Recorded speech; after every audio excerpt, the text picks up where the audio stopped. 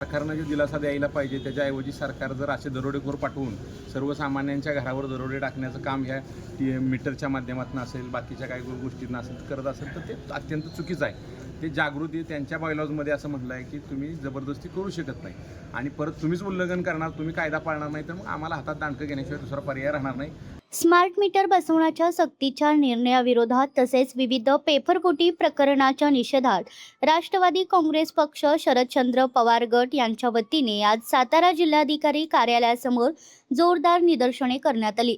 यावेळी कार्यकर्त्यांनी सरकारविरोधात घोषणाबाजी करत स्मार्ट मीटर योजनेला तीव्र विरोध दर्शवला. आंदोलनादरम्यान जिल्हाधिकाऱ्यांना निवेदन देण्यात आलं. या निवेदनात महावितरण कंपनीकडून राज्यातील वीज ग्राहकांवर स्मार्ट मीटरची सक्ती केली जात असल्याचा आरोप करण्यात आला. स्मार्ट मीटर मोफत बसवण्याच्या दाव्याला फसवे आणि दिशाभूल करणारे असल्याचं सांगत भविष्यात या मीटरचा खर्च वीज दरवाढीच्या माध्यमातून ग्राहकांकडून वसूल केला जाणार असल्याचा दावा करण्यात आला. निवेदनात ग्राहकांना त्यांच्या पसंतीचा मीटर निवडण्याचा कायदेशीर अधिकार असल्याचं नमूद करून सध्याचे पोस्टपेड मीटर कायम ठेवण्याची मागणी करण्यात आली. तसेच स्मार्ट मीटरची तांत्रिक माहिती, अचूकता चाचणी अहवाल, डेटा सुरक्षा, गोपनीयता धोरण, रिमोट डिस्कशनचे अधिकार, तक्रार निवारण प्रक्रिया आणि स्मार्ट मीटर सक्तीबाबतचे कायदेशीर आदेश याची माहिती देण्याची मागणी करण्यात आली आहे. बऱ्यापैकी पहिल्यापासून तुम्ही धरून लावून धरला होता, पण आता बऱ्यापैकी पक्षाच्या वतीनं पण हा लावून धरला जातो. काही नेमकं अनेक आता जनतेची प्रथम प्राधान्यानं समस्या जी आहे ती आर्थिक उत्पन्न आहे का नाही ते घटलं आहे आणि नैसर्गिक आपत्ती असेल, पावसाचा लहरीपणा असेल, ह्याच्यामुळे माणसं मेटाकुटीला आली.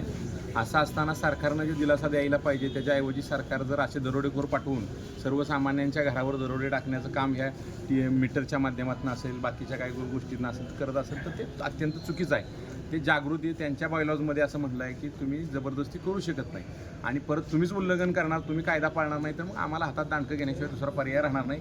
माझं महावितरणला किंवा इथल्या अधिकाऱ्यांना किंवा सरकारला सुद्धा आमतो ह्या माध्यमातून इशारा आहे आणि जे जनतेच्या हितासाठी जे पक्ष जे कोणी भांडत असेल त्याच्याबरोबर आम्ही खांद्याला खांदा लावून आदरणीय राजू शेट्टी साहेबांच्या नेतृत्वाखाली स्वाभिमानी शेतकरी संघटना महाराष्ट्रावर कार्यरत आहेच. त्या पद्धतीनं आम्ही इथं आहे. जनतेच्या हिताचा जो कारभार करायचा आहे त्यासाठी आम्ही प्राधान्यक्रम जे कोणी भांडल, सरकारमधलं जरी काही पक्ष भांडलं तरी आम्ही त्यांच्याबरोबर आहे. पण जनतेला आता दिलासा देणं गरजेचं आहे. प्रीपेड मीटरच्या माध्यमातून खरोखरच मीटर इतक्या फास्ट आपण बऱ्याच वेळा बघितलं आणि आम्ही आजारी नाही तर आम्हाला नेऊन दवाखान्यात तुम्ही अनुदान रूपानं काहीतरी खिसा कापायसाठी म्हणून कशाला ॲडमिट करताय. माझा मीटर जर माझी तक्रारच नाही आहे तर तुम्ही बदलण्याचं कारण काय आहे. माझा मीटर खराब झाला आहे काय अजून दुरुस्त आहे अशी जर आम्ही कंप्लेंट केली तर मग तुम्ही बदलला तर चालतंय, पण माझा दुरुस्त नाही. पण फक्त एखाद्या भांडवलदारशाहीला खुश करण्यासाठी किंवा निवडणुकीला फंड उभा करण्यासाठी म्हणून त्याचा वापर करणार असाल तर महाराष्ट्रातली जनता कदापि सहन करणार नाही. वेळ प्रसंगी आम्ही कायदा त्यांनी जसंच मोडते तसं आम्ही हातात घेऊ आणि यांना अद्दल 100% घडवू. स्मार्ट मीटरच्या बाबतीत जे आम्ही आजची निदर्शने करत आहोत त्या स्मार्ट मीटरचा सगळ्यात महत्त्वाचा जर यांचा हेतू कोणता असेल तर स्मार्ट मीटरच्या माध्यमातून 2029ची असणारी निवडणुकीसाठी संपूर्ण देशभरातला असणारा डाटा कलेक्शन करणं हा सगळ्यात महत्त्वाचा हेतू आहे. त्याच्याबरोबरच दुसरं आर्थिक उद्देश ह्याच्यातून साध्य करत असताना अदानी अंबानीसारख्या कॉन्ट्रॅक्टरांना मोठं करून या ठिकाणी निधी कसा तयार करायचा ह्याचं एक षडयंत्र सर्वसामान्य जनतेला कळालेलं आहे. आताच आपण एक पेपरला एक न्यूज आहे की जे राज्याचे मुख्यमंत्री तथा ऊर्जा मंत्री म्हणून मुख्यमंत्री फडणवीस हे काम करत असताना त्यांच्याच नागपूर शहरामध्ये आजच एक कंझ्युमर कोर्टाने एक निकाल दिलेला आहे की जी केंद्राची सोलारची जी योजना आहे त्या सोलारच्या योजनेतून नीट मीटरच्या माध्यमातून जो सप्लाय सोलारमधून आपल्याला मिळतो आहे आणि उर्वरित राहिलेली वीज ही वितरण कंपनीला द्यायची आहे, वीज वितरणला द्यायची आहे. त्यातला 3 रुपये प्रमाणे प्रति युनिट परतावा रिटर्न कंझ्युमरला द्यायचा आहे.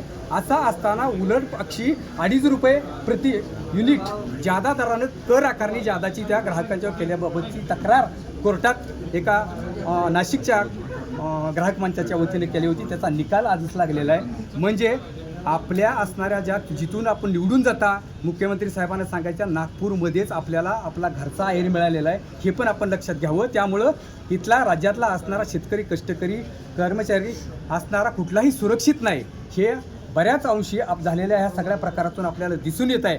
तरी पेपर फुटीच्या बाबतीत अत्यंत गंभीर असा असताना विद्यार्थ्यांच्या बरोबरच आता TETच्या जी कंपल्शन केली आहे तुम्ही शिक्षकांसाठी, आज ज्या शिक्षकांनी आपलं आयुष्य संपूर्ण 15-15, 20-20 वर्ष नोकऱ्या करून मुळात ही पद्धतच चुकीची आहे का बरोबर आहे, ही एक संशोधनाचा भाग आहे.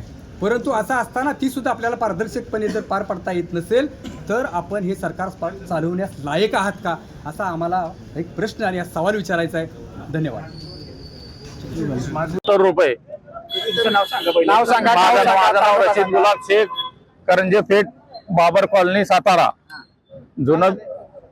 जुनं बिल आलं आहे 2310. ही मिनिमम रेंज आहे त्याची जुन्या बिलाची.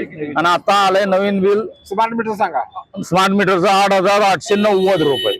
एकाच महिन्याचं बिल आहे. दर महिन्याला किती येतं तुम्हाला साधारण? 2324 असं बिल येतं दर महिन्याला. आता 8,890 आलं. 8,890 आलंय बिल. चारपट बिल आलेलं आहे. सर्वसामान्य नागरिकांचा जो महिन्याचं बजेट असतं त्या बजेटमध्ये ज्या अर्थाने माणसांचं नियोजन आहे, एकतर महागाई वाढलेली आहे, त्या सिलेंडरची महागाई असेल, इतर तुटवडा असेल, या संपूर्ण घरगुती सगळ्या ह्याच्यामध्ये खऱ्या अर्थानं नागरिकांना पूर्णपणे या सगळ्या संकटांना सामोरं जावं लागते. 3 पट 4 पट जर बिलांची वाढ होत असेल तर या ठिकाणी नेमकं जनतेनं करायचं काय? स्मार्ट मीटरचा सगळ्यात महत्त्वाचा घातलेला घाट याचं कारण एक आहे की संपूर्ण देशभरातल्या असणाऱ्या नागरिकांचा डाटा कलेक्शन करणे हा सगळ्यात मोठा 2029च्या निवडणूक नजरेसमोर ठेवून हा सरकारचा सगळ्यात महत्त्वाचा हेतू आहे. याच्या पाठीमागची भूमिका दुसरी काही नाही.